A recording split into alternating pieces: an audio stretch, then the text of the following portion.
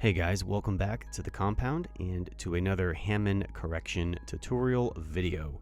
Today I'll show you how to replace the head and feet on the new Hammond Collection JP3 male Velociraptor with the vastly superior head and feet set by Marco Makes and Surit Tech. As always, a big thanks to those guys for sending over a sample set for me to use in this video, so be sure to go and check out their social media accounts to stay up to date on new product releases and future projects. Links to their accounts will be in the description box below. So for this video, I wanted to break it up into two separate videos. That way it's easier for you to navigate through and decide which routes, paint-wise you want to take. This video will be a simpler approach, focusing mainly on just matching the factory deco and colors, and the second video will be a bit more involved, and I'll be giving the Raptor a slightly more movie-inspired deco.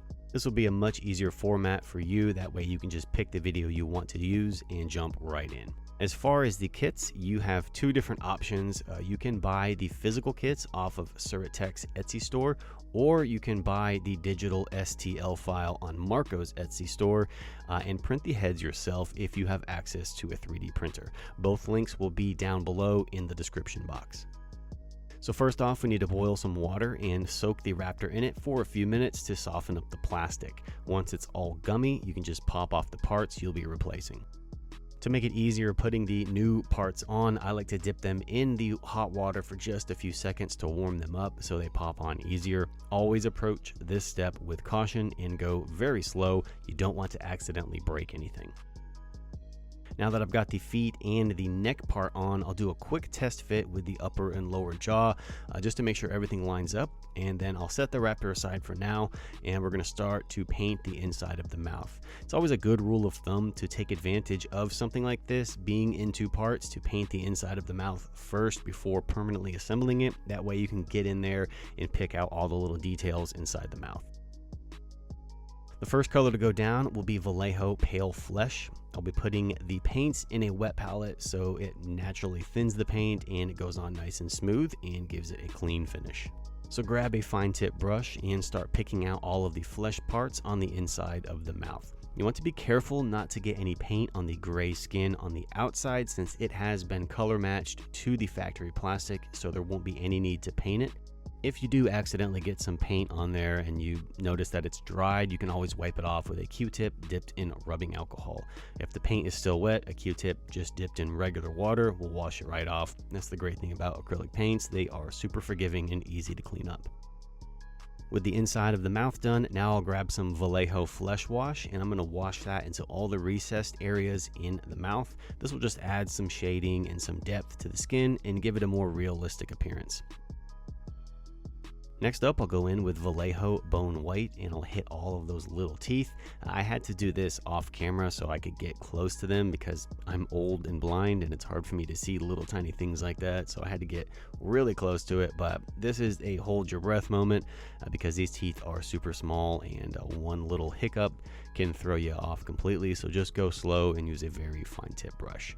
Now that the mouth is done, we can assemble the head. The lower jaw sits on a little hinge rod so it can open and close, and it just takes a little super glue on the upper part to lock that piece into place. So pop the lower jaw on and then press the upper head into position and hold it there until the super glue grabs on, and you'll be ready to roll on to the next step.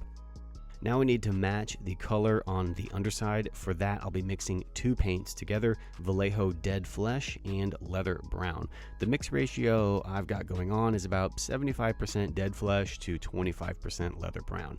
If you're having trouble getting a match, remember you can always just bring your paint down into the factory paint and just blend it, into it that way. That way it has a natural kind of gradual fade into that factory color. Once the neck is done, continue up into the lower jaw and then finish off by adding the little triangle shapes he has along the sides of his head. You can kind of tell exactly where they need to go by looking closely at the shape in the sculpt. So next up, we need to color in the eye socket. You can go in with just a dark blue if you want to, but I'm going to go in with a light blue first, and then I'll cut that eye socket in, and once that light blue has dried, I'll go back in with a blue wash, and I'm going to wash that into all of the recessed areas in the eye socket. This just creates some shadow and some depth, and it gives some color variation to the blue skin. Now we'll focus on the eyes, which are by far the hardest thing to paint on this guy because of how small each dot becomes. So I'll start off first by painting the entire eye in with black, and then I'll go in with bloody red and paint a nice round dot. And then I'll go in with sun yellow and add an even smaller yellow dot inside the red dot, and then I'll finish it off with a ridiculously small black dot. I'm not gonna lie, I attempted this probably 8 different times before I finally got the dots lined up and centered and looking straight, so I wish you the best of luck with this. So with those shenanigans done, we'll jump back in with bloody red, and we'll do a simple dry brushing over the ridges on the sides of the snout. Now we need to lay down the white stripes, and for that I'm mixing Stonewall Gray and Dead White together in the wet palette, and I'll just start at where the factory stripe ends and work my way up the side of the neck. And I'll also take the same mix and add a few white stripes along the quills on top of the head. The last thing to paint will be the claws, and we need to match the ones on the hands, so I'll be mixing charred brown and black together, and I'll just lay down a couple of thin coats, trying to be as neat as possible around the base where the claw meets the skin. So that's pretty much it for the paint apps that need to be added. Like I said, this is strictly for those of you who want to keep it simple and stay true to the basic factory colors. This is about as easy as it gets right here. You know, the hardest part is just trying to get the colors right to match, you know, but other than that, this guy is done, and the difference between how it looked before and how it looks now is night and day. This just goes to show you that proportions and sculpt really do matter, and this guy looks way more fierce and less cartoony, you know, even with a basic simplified paint apps. Now if you want to take this to the next level, stay tuned for part 2 of this video, where we'll dive into a full-on repaint and lean more towards a movie-inspired deco. It will be a bit more involved, but we'll still keep it toyetic and relatively simple enough so that even the basic beginner can easily follow along. So if you want to grab a set of these replacement parts, the links will be down below in the description box. So that is all I've got for this video. I appreciate you guys hanging out with me and watching.